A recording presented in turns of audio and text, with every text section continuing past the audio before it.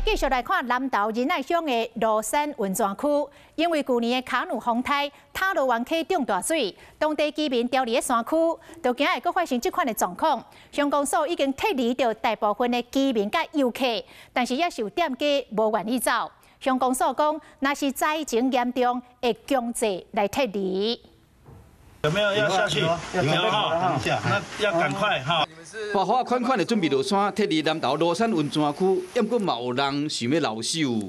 都在管我，真正都拖都爱走啊！乡公所人员早起10点，一间一间去考劝居民赶紧落山，也不过有2间店的人无想要走。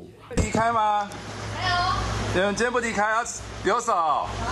我们也可以看到，现在温泉区的两侧店家呢，铁门是都已经拉了下来，在做预防性的撤离，因为就怕大雨越来越大，会造成溪水暴涨。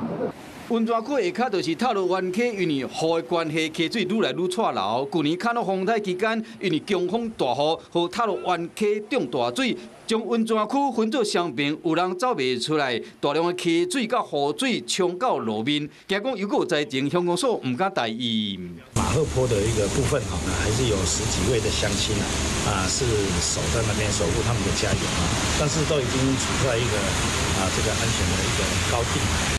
乡公所统计已经撤离10外游客甲大部分的居民，店家部分要2个留守。若是讲雨愈来愈大，情况危急者，就会强制撤离。